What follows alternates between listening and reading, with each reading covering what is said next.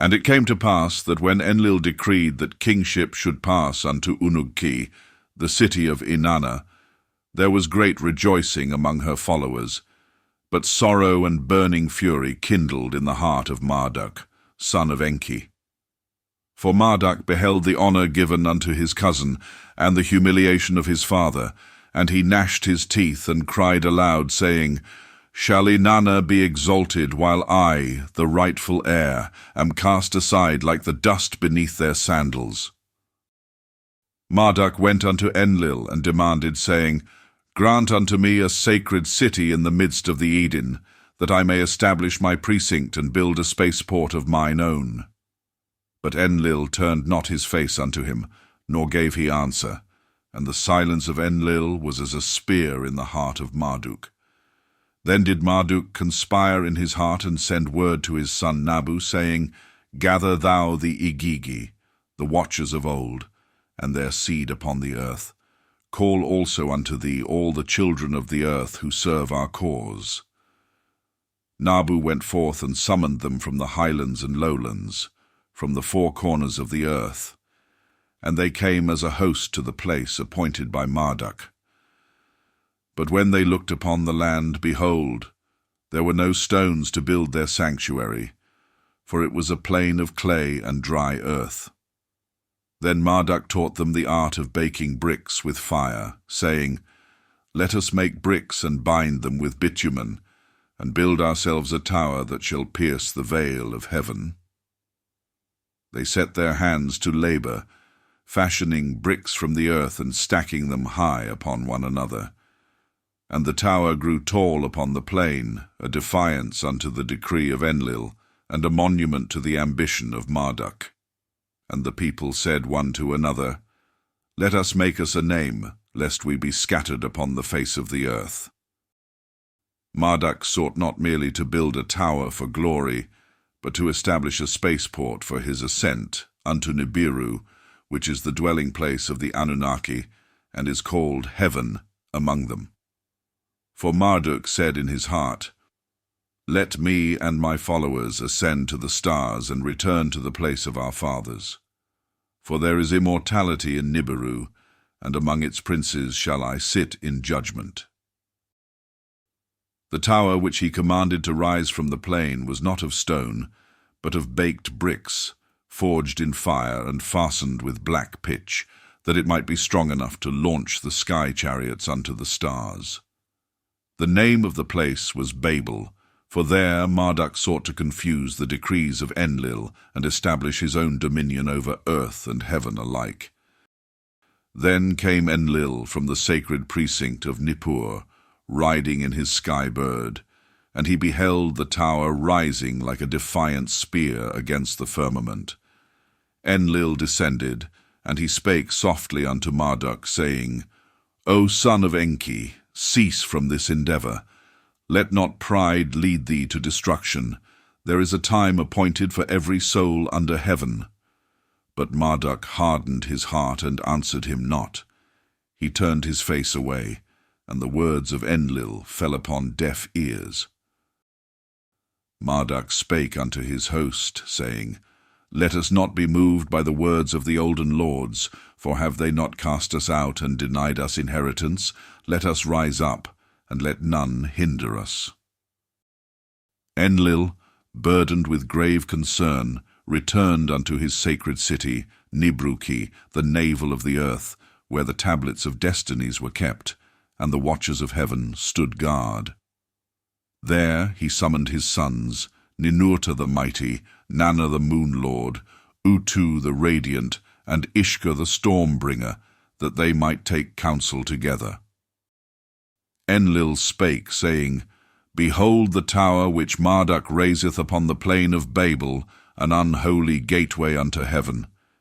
He hath taught the earthlings the secrets forbidden, and leadeth them into boldness. If he succeeds in his wicked scheme, then shall the children of men no longer be bound to the earth. With Marduk's craft they shall soar beyond the stars, and enter into the realm of the ANUNNAKI, which hath not been appointed unto them. Shall we permit this profane defiance? Shall Marduk, in his pride, open the gates of the heavens to those of clay. Then answered Ninurta, the hero of the north, saying, This plan of Marduk is evil and must be undone, for he stirreth rebellion not only among the Igigi but among mankind also. He seeketh to place himself above thee, O my father, and above the decrees of Anu himself. All the sons of Enlil murmured in agreement, for they saw that the balance of power was shifting, and that Marduk's ambition burned like a flame without restraint. In the earth year 310, from the time of the royal visitation of Anu and Antu, the sons of Enlil rose up by night against the work of Marduk. In the darkness did the skyships of the Enlilites descend, and from the heavens they rained down fire and brimstone upon the tower of the plain, which was called Bab-Ilu, the gateway of the gods. The hosts of Marduk were smitten with great terror, for the lightning of the gods flashed across the sky, and the roaring of the weapons shook the earth beneath them.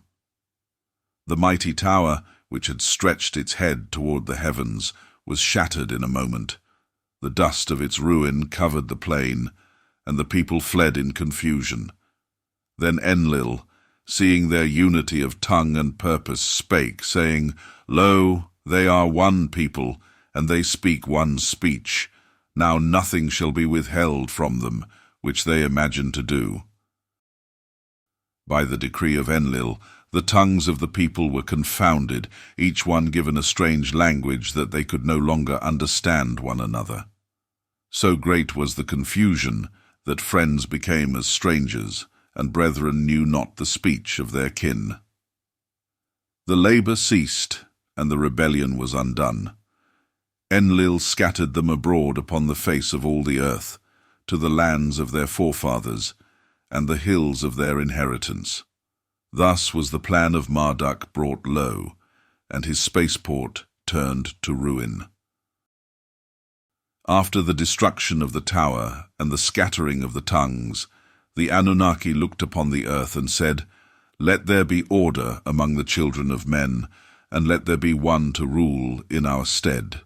Then did the lofty lords establish upon the earth the divine ordinance of kingship, even as it was ordained upon Nibiru, saying, As above, so below. They chose from among the earthlings one man, upright and strong, and placed upon his head a crown of gold, and in his hand they gave a scepter of rule, that he might judge righteously and uphold the law of the gods. In the scepter city of Kishi, which was the first city of man in the land of Shumer, kingship was established, and there reigned 23 kings over the span of 408 years. There arose among them a king called Itana, mighty and wise, favored in the sight of the Anunnaki. He walked in righteousness before the gods and men. So beloved was Itana that the gods took counsel, saying, Let us grant him a journey among the stars to behold the wonders of the firmament. And behold, they brought forth a chariot of fire, and Itana was lifted from the earth into the heavens. He journeyed upward as the eagle soars, and he beheld the blue orb below and the radiance of the stars above. Itana beheld the celestial realm of Nibiru, the dwelling place of the gods, and he marveled at the glory of their abode. His tale was written in the scrolls of kings and remembered in the tablets of stone, for he was the first among men to ascend to the dwelling of the Anunnaki. Kingship continued from Kishi to other cities, and thus was the dominion of man set upon the earth, under the watchful eyes of the gods.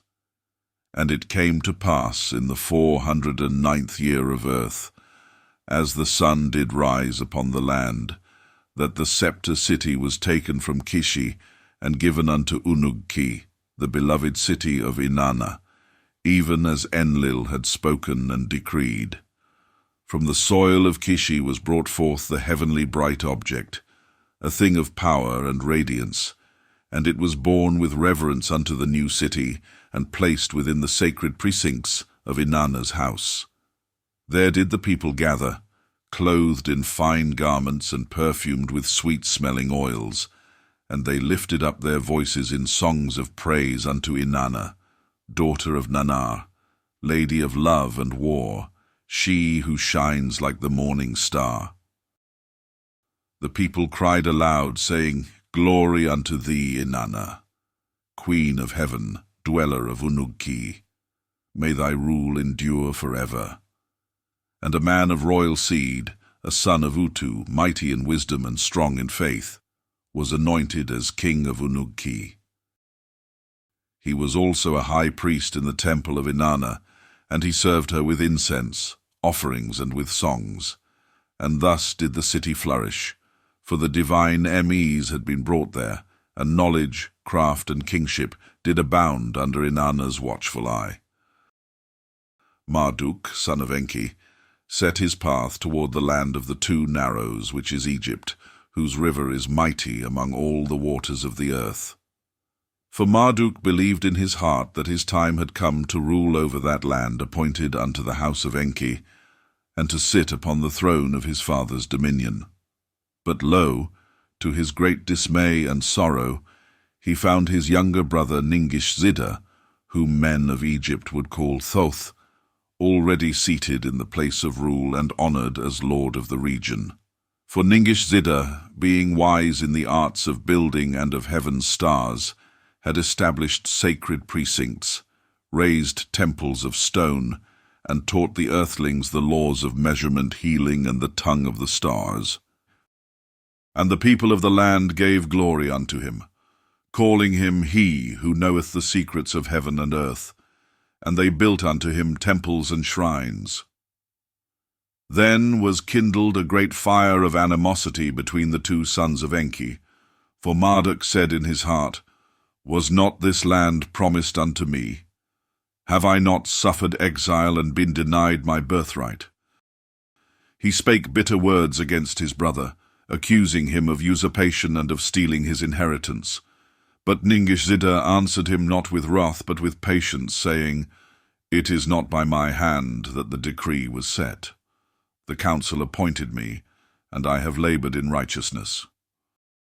When the strife between Marduk and Ningish Zida waxed great in the land of the two Narrows, there was no peace found among the sons of Enki, and the hearts of men grew troubled. Then Enki, the lord of the waters and father of wisdom, lifted his voice and spake, saying, Let not brother rise against brother, nor the house of my seed be divided by wrath. Let there be peace in the land, lest all be undone. Enki entreated his younger son, Ningish Zida, who was wise and full of understanding, to depart from the land and yield the region unto his elder brother Marduk, so that enmity might cease. Ningish Zida, hearkening unto the words of his father, gathered a company of faithful ones, and set his face toward the distant land beyond the great western waters, which is the land across the ocean, even unto the land now called America. In the 650th year of the earthly count, according to the reckoning of Anu, this great migration came to pass, which in the measure of men is called 3,110 years before the coming of the Christ.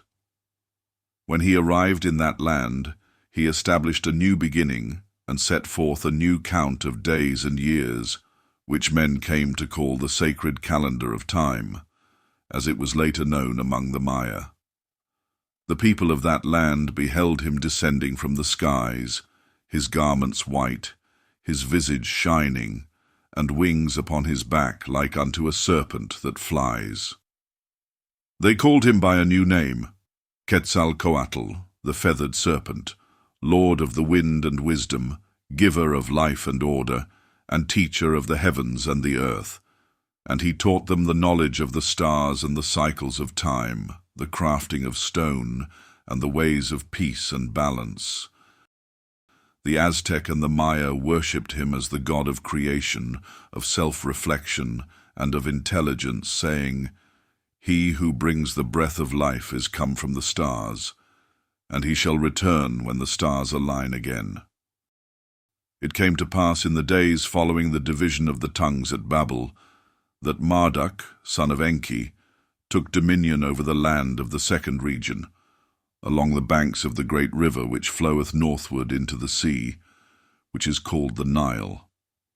And in that time the tongues of men were confounded by the hand of Enlil, and the speech of the nations was divided, and from that day forth were the mighty ones of old, called by many names among the sons of earth. The Anunnaki, the lofty watchers from the stars, were henceforth known in the tongue of Kemet as the Neteru, the guardian watchers, for they kept vigil over the lands of men and walked among them as gods. Marduk, who was exalted in Egypt, was venerated as Ra, meaning the Bright One, whose face was as the sun, and whose glory was set in the heavens. He ruled from the land of the two Narrows, and men bowed before him. Enki, his father, was honored as Ptah, the maker and the developer, who formed the world from the watery deep, and gave shape to all that is. But Ningish Zida, the wise and gentle one, was remembered by the name of Thoth, Tehuti, the divine measurer, who reckoned the stars and taught men the number of the days and the order of the heavens.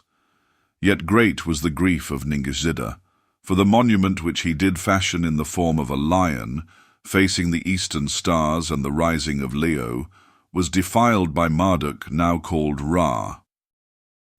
For Marduk caused the face of the lion-headed sphinx to be hewn away, and replaced it with the likeness of his slain son, Asar, whom men call Osiris, who had been murdered by the hand of his brother Satu, whom men call Seth. Thus was the face of the noble beast corrupted, and its countenance changed from the glory of the stars to the sorrow of bloodshed, and the mystery of the Sphinx was concealed from the eyes of men for generations. But behold, it is now revealed. The face that first looked eastward was not of man, but of the lion, placed there by Ningish Zida, the faithful servant of the heavens, in honor of the celestial lion, guardian of the dawn.